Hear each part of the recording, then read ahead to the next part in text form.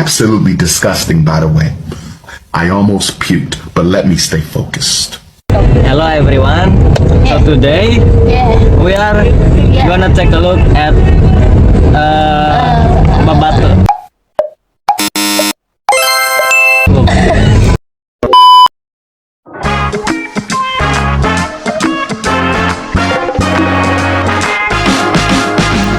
Okay, friends, so now we have officially arrived at the Geology Museum. We spent about 2.5 hours traveling a distance of roughly 22 kilometers, and it was definitely worth it because of the calm, cool atmosphere of this museum. And right now, we are standing in the main courtyard of the museum. Instead of entering directly through the main lobby, we decided to walk around the grounds first and discovered several other buildings.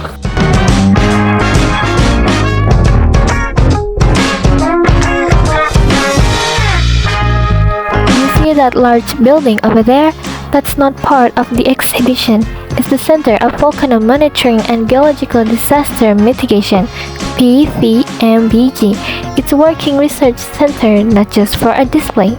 Well, we cannot fully explore its interior because it is not open to the public, but here is a brief explanation based on official information. This building houses the Center for Volcanology and Geological Disaster Mitigation, which is part of Badan Geologi.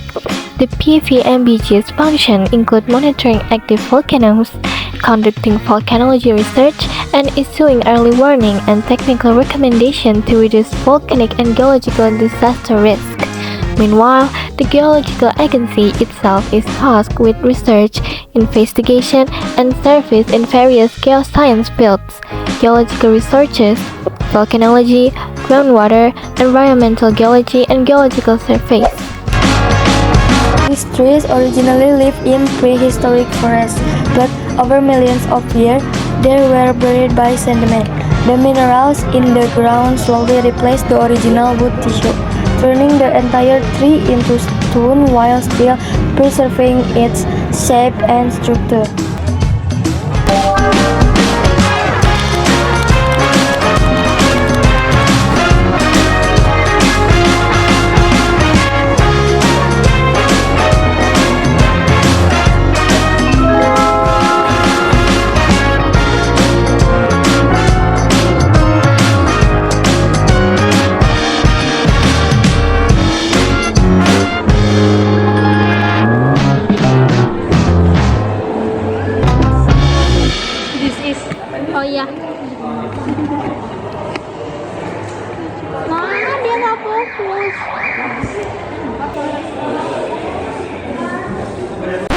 Well, since our class name is Amethyst, so this is special segment explaining amethyst crystal directly with Azil. Derived from the ancient Greek word meaning not poisonous, belongs to the gemstone precious stone jewel category.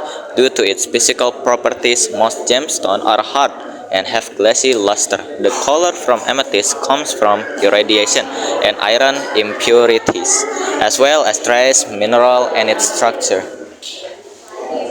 And then the hardness of amethyst is the same as quartz, making it widely used in jewelry in Indonesia. Kalimantan is the well-known source of amethyst. Some famous examples of amethyst from Kalimantan include purple amethyst, coffee amethyst, and tea amethyst. In addition to Kalimantan, Sukabumi also has its own variety of amethyst. Take a look at this.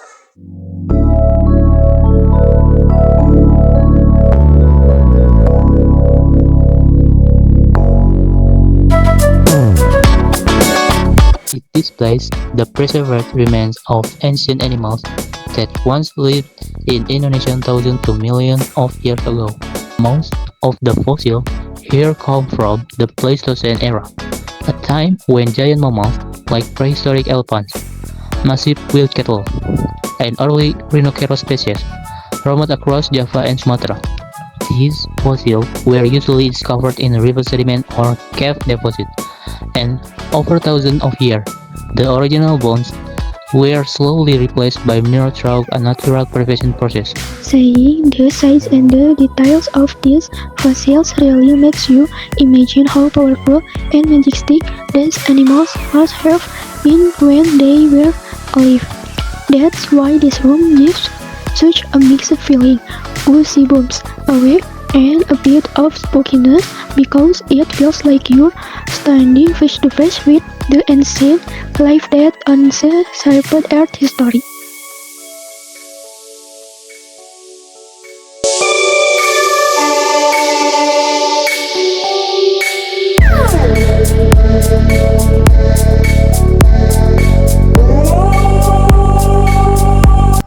Up here on the second floor, there is a dedicated area for disaster education, especially about earthquakes and tsunamis.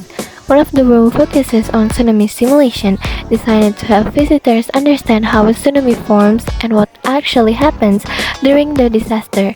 Inside, there is a large screen that plays a detailed tsunami simulation video showing step by step how the wave rise, move, and impact coastal areas. The room feels a bit dark, almost like a mini theater, so the visuals really stand out and make the experience more immersive. Right next to it, there is also an earthquake simulation room. People usually line up for this one because the platform inside can mimic real earthquake vibration. But unfortunately, we couldn't try it today since the queue would have taken almost 3 hours. Everyone else seems very determined to wait. Meanwhile, we had to accept that we didn't get a turn. That was so sad. Nah, jadi ini adalah simulasi terjadinya abrasi dan agresi. Sebelum saya menjelaskan apa itu abrasi dan agresi, saya akan menjelaskan warna-warna yang ada di pasir ini. Untuk yang warna biru ini adalah lautan, dan yang warna hijau ini daratan. Semakin tinggi daratannya, maka warnanya akan berubah menjadi merah. Nah, abrasi itu adalah proses pengikisan daratan yang diakibatkan oleh arus laut. Jadi seperti ini, lama-kelamaan si pesisir pantainya akan menjadi mengecil dan lautannya akan menjadi luas. Lalu untuk agresi itu adalah proses atau terbentuknya daratan baru atau pulau baru. Jadi seperti ini diakibatkan oleh gelombang arus laut yang membawa sentimen seperti bebatuan, pasir, lumpur yang mengendap di suatu wilayah atau di suatu titik dan jadilah dan terbentuknya daratan baru atau pulau baru. Ini dinamakan agresi. Karena abrasi sangat berbahaya, kita bisa mencegahnya dengan menanam bakau seperti ini, atau juga bisa melestarikan terumbu karang, bisa juga dengan menambahkan pemecah gelombang. Jadi seperti itu. Bagi informasi lebih lanjutnya dari sebelah sini.